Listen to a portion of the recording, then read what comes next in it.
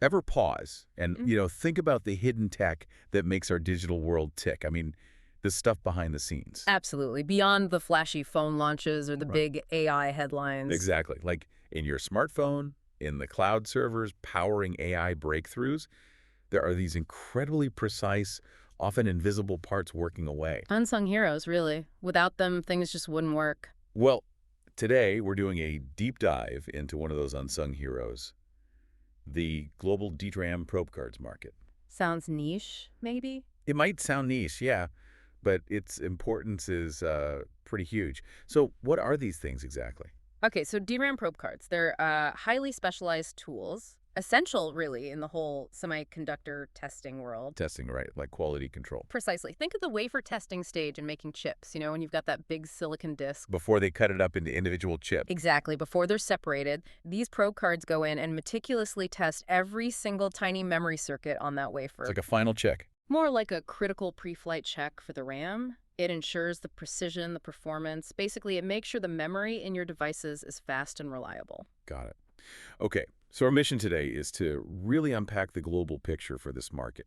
We've got the official numbers 2021, looking ahead to 2025, even 2033. And the growth rates, too, the CAGR, broken down by region, by country. Yeah, the whole lot. This is basically your shortcut to getting up to speed on a really vital but often overlooked piece of the tech puzzle. Ready to jump in. Let's do it. So globally, this market's definitely on the move. Back in 2021, it was already worth almost $350 million. Nearly 350 million. Okay. And it's not just, creeping up. It's projected to hit over 430 million by 2025. Wow, okay. That's a decent jump in just a few years. And then looking further out to 2033, we're talking over $667 million. Whoa. So what's the overall growth rate then? The overall CAGR comes out at just over 5.5%. Pretty healthy. 5.5%. Yeah, that's solid, consistent growth. But the interesting part isn't just the numbers, right? It's the why. What's actually driving this? Exactly. It's not random. It's tied directly to tech trends that you interact with constantly. Right. Well, first, there's the relentless push to make semiconductors smaller, miniaturization. Pioneer chips, yeah. Right. And as they get smaller, testing them gets exponentially harder. The probe cards need, incredibly fine needles, super sophisticated calibration. So smaller chips mean more advanced, more expensive testing tools are needed. You got it. Then there's the huge demand for high-performance computing. Think AI, massive data centers, even just more powerful laptops and phones. Right. More power needs better memory. And more complex memory. Which brings us to the third driver. Mm. The testing procedures themselves are getting way more complex. Oh, so. It's not just about checking if it works. It's about the density, the sheer number of connections, the speed data needs to move. It demands totally new, much tougher testing. And that needs these advanced probe cards. Okay, that makes sense. Miniaturization, HPC demand, and more complex testing. Got it. So those are the big global drivers. All right, now let's zoom in a bit. This is where it gets really interesting, looking at the regional picture. North America, for example, still a major player. Definitely. It was around $145 million back in 2021. And projected to grow to over $264 million by 2033. That's, about a 5.1% CAGR? Yeah, just over 5%. Solid growth. And within North America, no surprise, the U.S. is the biggest piece of that pie. Right, almost 117 million in 2021, heading towards 210 million by 2033. Still around 5% growth. But what's kind of interesting is Canada is showing slightly faster growth, actually, almost 5.8% annually. Oh, interesting. So maybe more investment happening there proportionally. Could be. Suggests a real focus on building up their tech infrastructure. And Mexico's growing steadily, too, around 5.3% CAGR. So it's a region-wide trend. Okay, let's hop across the Atlantic. Europe, what's the story there? Also strong upward trend. Nearly $90 million in 2021, projected to hit over $160 million by 2033. And the growth rate, similar to North That was America. very similar, yeah. About 5.16% CAGR overall for Europe. Germany is a key player there, expected to reach about 38 million by 2033, growing at nearly 5.8%. Almost matching Canada's rate, though. Pretty close, yeah. The UK is also significant, growing from about 13 million to 25 million with a healthy 5.5% CAGR. Our other countries, France, Italy. Also important contributors, France moving towards 20 million, Italy towards 13.5 million. You see consistent growth across Spain, Sweden, Denmark too, all in that 5.3 to 5.4% range. So pretty uniform growth across the major European economies. Generally, yes. There are a few slightly slower growers, like Russia, Switzerland, Luxembourg, maybe dipping into the 3 or 4% range, but the overall picture is one of steady, mature market expansion. Okay, steady in North America and Europe. But the real action, the growth engine, seems to be Asia-Pacific, right? Oh, absolutely. Exploding is maybe too strong a word, but it's definitely where the highest growth is. The highest regional CGR by far, 6.7%. 6.7%. Wow. What were the baseline numbers? Around $67 million in 2021, projected to more than double, over $146 million by 2033. Doubling the market size. And why such high growth there? Well, it's where so much of the world's semiconductor manufacturing and, innovation is concentrated now. It just makes sense. China leading the way, I assume. China's a huge part of it, yeah.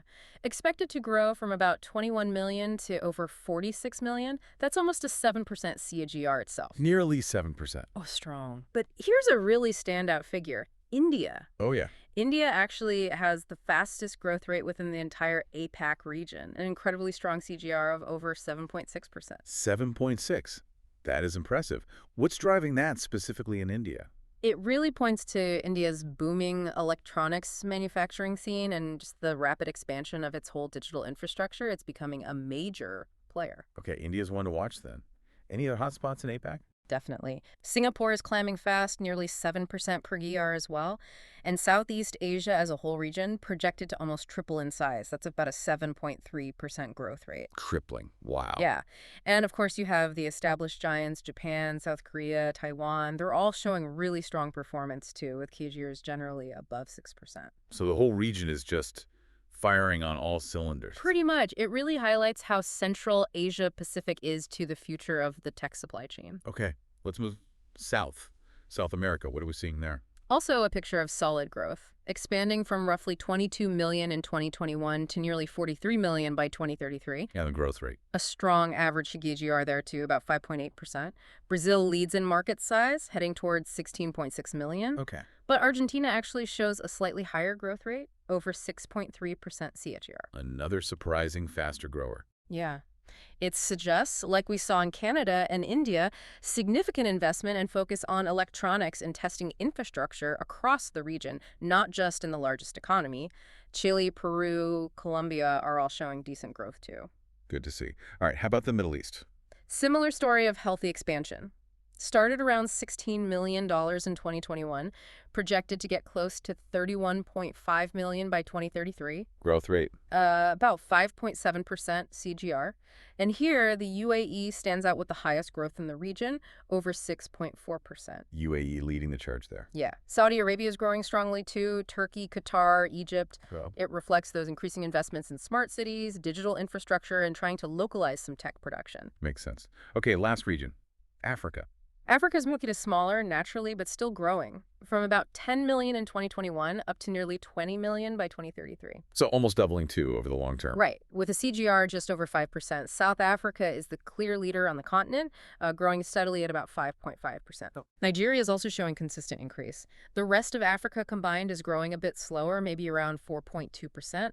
But overall, the trend is positive. It indicates, an emerging landscape for electronics there, too. So we've toured the globe, crunched the numbers. Let's bring it back. What does all this mean for our listeners, for the bigger picture? Well, the clear takeaway is that this market, DRAM Probe Cards, is set for really consistent, significant growth over the next decade. No doubt about that. Right. Steady upward curve. But more importantly, its growth path really mirrors the acceleration in tech that impacts everyone's daily life. It's directly tied to the rising demand for chip testing, the constant evolution of memory tech, faster RAM, smaller chips, more capacity. And the increasing complexity of actually testing all that new tech. Exactly, across all the manufacturing hubs worldwide. So these probe cards, they're kind of the hidden gatekeepers ensuring quality for everything. Pretty much. From the 5G networks making your phone faster, to the huge data centers hosting cloud services and streaming sites, right through to the advanced AI chips and, self-driving cars or medical diagnostics, they're critical. The hidden enablers, I like that. Yeah. So this deep dive, it really shows how these components, fundamental but often unseen, are paving the way for our digital future. And Asia Pacific is clearly, leading that charge in terms of future growth. It really makes you think, doesn't it? It does. Like, consider the constant demand. We all want smarter, faster devices, phones, cars, AI, everything. And that demand directly fuels the need for these incredibly precise testing tools. The standards just keep getting higher. So the provocative thought maybe is, what kind of currently unimaginable tech leaps will these unseen probe cards actually enable by 2033, just by making sure every tiny memory chip is perfect? That's a fascinating question. What new possibilities open up when you can guarantee that level of foundational quality at such scale? Exactly. Something to think about.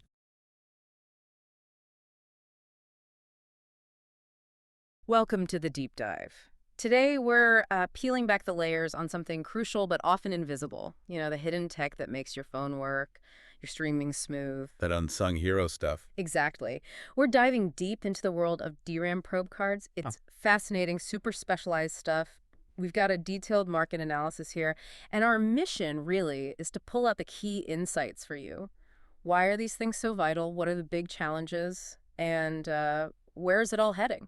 And they really are vital. I mean, DRAM, dynamic random access memory, it's basically the working memory in almost every gadget we have. Right. Phones, laptops. Phones, laptops, huge data centers, gaming consoles, you name it. So making sure that memory works perfectly, it's absolutely critical. And that's where probe cards come in. Precisely. They're the tools that let manufacturers test these memory chips efficiently right on the silicon wafer itself. Before they're even cut out. Exactly.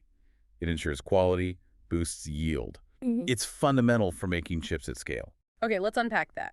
So you mentioned growth. What's really driving the demand for more of these specialized cards? The sources point first to just more DRAM being used everywhere. Yeah, that's the big one. It sounds simple, but think about it. Every app you open, every high-res video you watch, all the AI stuff kicking off, It all needs memory. it all needs DRAM. And more DRAM being made means more testing needed during mass production. So it's not just more probe cards, but maybe better ones too, to handle the volume. Well, yeah, it's the sheer scale. You have this silicon wafer, maybe thousands of tiny chips on it. Testing at the wafer level lets you find the duds before you spend money packaging them. Like checking the eggs before you bake the cake. Makes sense. Exactly. Saves a huge amount of time and money downstream. Okay, so volume is key. But you also hear constantly about chips getting, smaller, faster, more complex. How does that tech progress affect the probe cards? Yeah, that's the second major driver. And this is where things get really interesting, technically speaking. How so? We're moving to advanced memory like DDR5, LPDDR5. The actual circuits on the chip are shrinking incredibly fast. Right, the nodes get smaller. Exactly. And that demands probe cards that are much more precise, higher density. Meaning the little contact points. The contact points, yeah, they need what's called a finer pitch. They're packed incredibly close together. Imagine trying to connect thousands of microscopic pins perfectly every time. Wow. And they also need advanced multi-DUT capabilities. Multi-DUT. Multi-device under test. So instead of testing one chip or die at a time on the wafer, you test several simultaneously. Efficiency again. Huge efficiency gain. Yeah. Basically, the smarter the chip, the smarter the probe card has to be. Okay, more demand, smarter chips. What about the manufacturers themselves? Are they pushing for changes too, like automation? Absolutely. That's the third driver. This push for automation and just raw testing efficiency. So they want faster testing, less downtime. Exactly. Memory makers are under immense pressure to speed things up, cut costs. So they look for probe cards with really reliable contacts, cards that don't need cleaning constantly, Right. and cards that work seamlessly with the latest 8E automatic test equipment. The testing robots, basically. Pretty much. It's all about high throughput, getting more chips tested per hour, which ultimately lowers the cost per chip. Big competitive edge. Okay, so those are the forces pushing things forward, but it sounds complex and, well, expensive. What are the brakes on this market? What are the challenges holding it back? You hit it on the head. The first major restraint is cost. These advanced probe cards, they're really expensive. Especially the custom ones. Especially the custom ones for fine pitch, multi-site testing. Designing and making them costs a fortune. So that's tough for smaller players. It's a huge barrier for smaller fabs, yeah, or mid-sized foundries maybe doing lower volumes. Hard to compete with the big guys who can absorb those costs. And beyond just the initial price tag, What are the sort of day-to-day headaches for manufacturers using these cards? Well, wear and tear is a big one. These cards make physical contact, right? Millions, billions of times. Those tiny tips must wear down. They do. The tips degrade. And that can cause all sorts of problems. Hmm. Bad signals, contact failures. It can even mess up your yield. Good chips get marked bad or worse. Ouch. And then you have the downtime for maintenance for replacing them. It all adds up. More costs, less production. Okay. Cost, wear, and tear. You mentioned complexity earlier. Is the sheer technical difficulty also a challenge in itself, getting these things designed right? Definitely. That's the third hurdle. Technical complexity and the need for customization. They're not one size fits all then. Not at all. Hmm. They often need tailoring for very specific DRAM types, specific chip layouts, even advanced packaging like HBM. HBM, high bandwidth memory. Right, where they stack memory chips vertically. Super complex. So each new memory design might need a new probe card design. Pretty much. Or significant modifications. And that means more engineering effort, higher NRE costs, and it can slow down getting new memory products to market, which is a big deal in this fast-paced industry. It really sounds like a balancing act, pushing the tech forward while managing these really practical, expensive problems. Yes. But innovation is clearly happening despite the hurdles. So let's look ahead. What are the key trends shaping the future here? Where is the tech going? Well, one really significant trend is the move towards MEMS-based probe cards, MEMS. microelectromechanical systems. It's a different way of building the probe tips. And what's the advantage? MEMS gives you much better mechanical planarity and accuracy. Basically, the tips line up perfectly with the chip pads every time. More reliable contact. Exactly. Low force, very reliable contact, which is perfect for those fine pitches and high pin counts we talked about. They're kind of becoming the gold standard for high-density DRAM. Okay, so better basic mechanics. What's another big trend? High parallelism testing. We touched on multi-DUT. Right, testing more chips at once. Yeah, manufacturers are really embracing this. Multi-site testing. Designing probe cards that can hit dozens of dies simultaneously on the wafer. Just to crank up the throughput. Exactly. Boost throughput, lower the cost per chip tested. It's all about efficiency for high-volume manufacturing. Makes sense. And is there a role for things like AI in all this? It seems very physical testing hardware. You'd be surprised. That's the third trend, and it's pretty fascinating. We're seeing more integration with AI and predictive maintenance tools. So how does that work? So you use advanced analytics to monitor the probe card's health in real time, how often it's used, its performance patterns. And the AI figures out when it's going to fail. Basically, yeah. It predicts likely failures before they happen. Ah, so you can schedule maintenance instead of having unexpected downtime. Precisely. Imagine your car telling you, hey, your alternator will probably fail in about 500 miles. That would be handy. All right, so AI does that for these probe cards. Reduces unplanned stops, boosts overall productivity. It's really changing the maintenance game. So we've journeyed into this tiny but incredibly important world of DRAM probe cards. We've seen the huge forces driving them: more DRAM, smarter chips, efficiency demands. We've looked at the tough challenges, the high costs, the wear and tear, the sheer complexity. Significant hurdle. And we've seen the future trends, MEMS, testing many chips at once, even AI helping out. It's clear this is a field that's constantly evolving, pushing boundaries. Absolutely. And if you connect this back to the bigger picture, it's crucial to remember these little components. They are fundamental. The performance, the reliability of pretty much every electronic device you touch relies on them doing their job right. The silent sentinels, as you said. Yeah. So here's something to think about. As we keep pushing for smaller devices, denser data, driven by AI, cloud computing, all that, how much further can we stretch these testing tools? Yeah, will today's methods even work for tomorrow's chips? Exactly. Will we need entirely new ways, new paradigms to make sure these incredibly complex future chips actually work?